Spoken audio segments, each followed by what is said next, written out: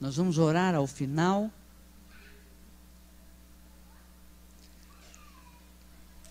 E o texto que eu quero ler, versículo 10, diz o seguinte: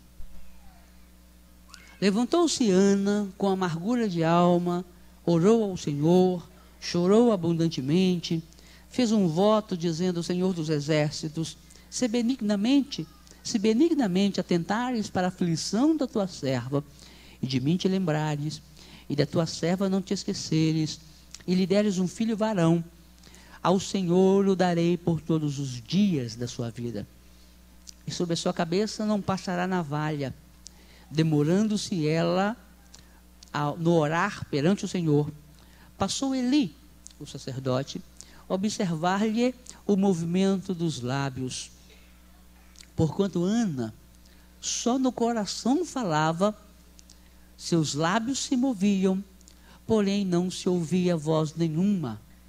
Por isso Eli a teve por embriagada. E lhe disse: até quando estarás tu embriagada? Aparta-te de ti este vinho. Porém Ana respondeu: Senhor, não, eu sou mulher atribulada de espírito, não bebi vinho nem bebida forte, porém venho derramando a minha alma perante o Senhor. Não tenha, pois, a tua serva por filha de Belial, porque pelo excesso da minha ansiedade e da minha aflição é que tenho falado até agora. Então lhe respondeu Eli: vai-te em paz, e o Deus de Israel te conceda a petição que fizeste.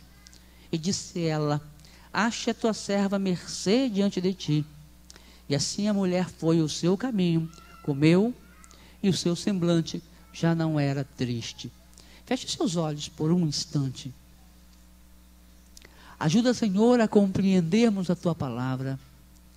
Ajuda, Senhor, a aplicarmos em nossa vida. Que por graça e misericórdia consigamos perceber o teu amor por nós. É por Jesus que oramos. Amém. Meus irmãos, esta primeira parte da história coloca Ana numa situação de constrangimento. Ela desejava um filho, mas ela não desejava apenas um filho.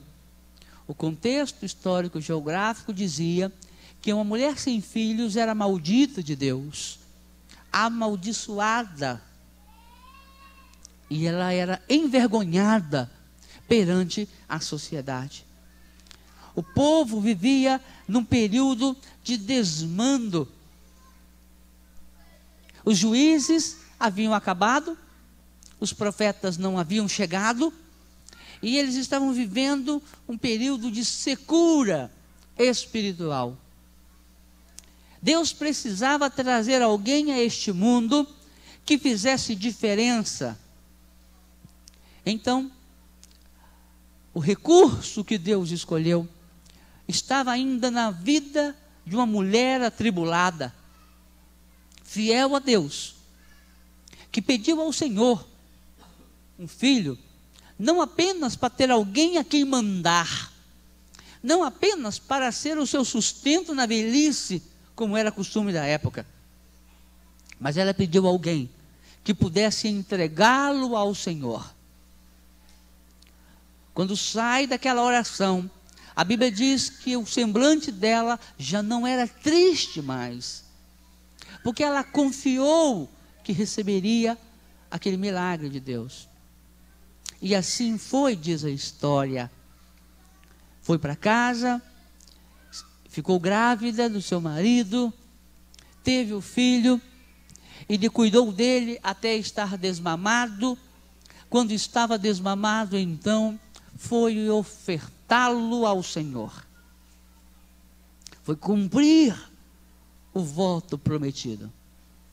Mãe é aquela que pensa no melhor para o seu filho, e é aquela que deseja o melhor para o seu país, porque coloca o seu filho na condição de abençoar os outros.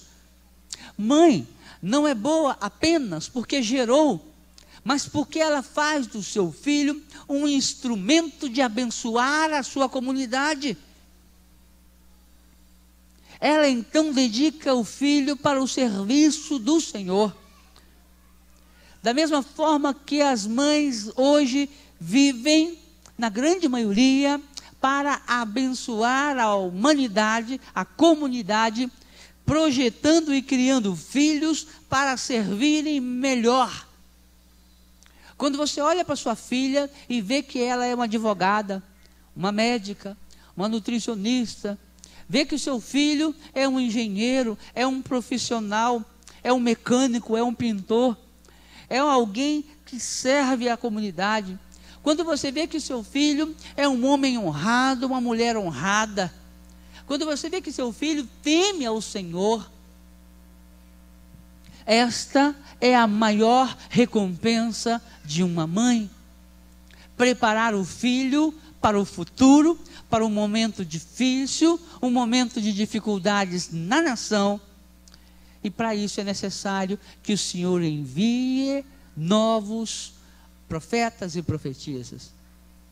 Ana então entrega aquele menino aos pés do profeta, do sacerdote, e ele é criado então para ser a principal personalidade do povo judeu. Aquele menino que cresceu, se tornou homem, se tornou profeta, se tornou sacerdote, se tornou juiz. Aquele homem se tornou a principal referência política e religiosa daquela nação. Quando uma mãe coloca os seus filhos aos pés do Senhor, os milagres acontecem. Não quer dizer que o filho não tenha passado por caminhos errados, porque é de decisão particular escolher o caminho que se trilha.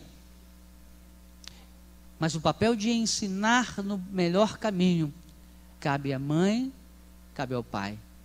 Quero dizer para você, mãe, que você fez um bom trabalho, mesmo que o seu filho não esteja hoje no caminho do Senhor, mesmo que o seu filho não esteja hoje num caminho honrado.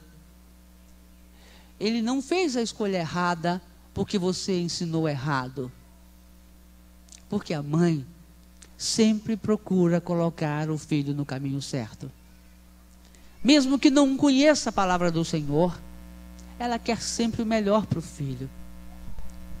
Quero dizer para você que Deus vê no seu coração a sua intenção. E eu quero, em nome de Jesus Cristo, te parabenizar pelo que você conseguiu. Talvez você não imagine ter conseguido tantas vitórias. Talvez você ainda fique triste por algumas situações causadas por seus filhos. Mas entenda uma coisa: seu filho teve o seu amor, suas orações, sua orientação, a semente da verdade foi plantada dentro dele. É necessário que esta semente brote, e ela brotará, e um dia florescerá. É o seu amor que será uma luz na escuridão para que seu filho tenha para onde voltar. Se você já pode se orgulhar do seu filho, dê glória a Deus. Quero parabenizar a vocês, mães. Ana, após entregar o filho ao serviço do Senhor, ficou sem o filho. Mas quem entrega algo a Deus nunca fica sem. Ana teve outros 5 filhos. A sua esterilidade acabou. Ela teve Samuel e teve outros 5. Quero dizer para você que o seu sacrifício, suas orações estão sendo ouvidas por Deus. Não desista de orar por aqueles filhos que ainda não estão no melhor caminho. Como diz o poema de Raquel, os filhos voltarão para casa, para o seu termo.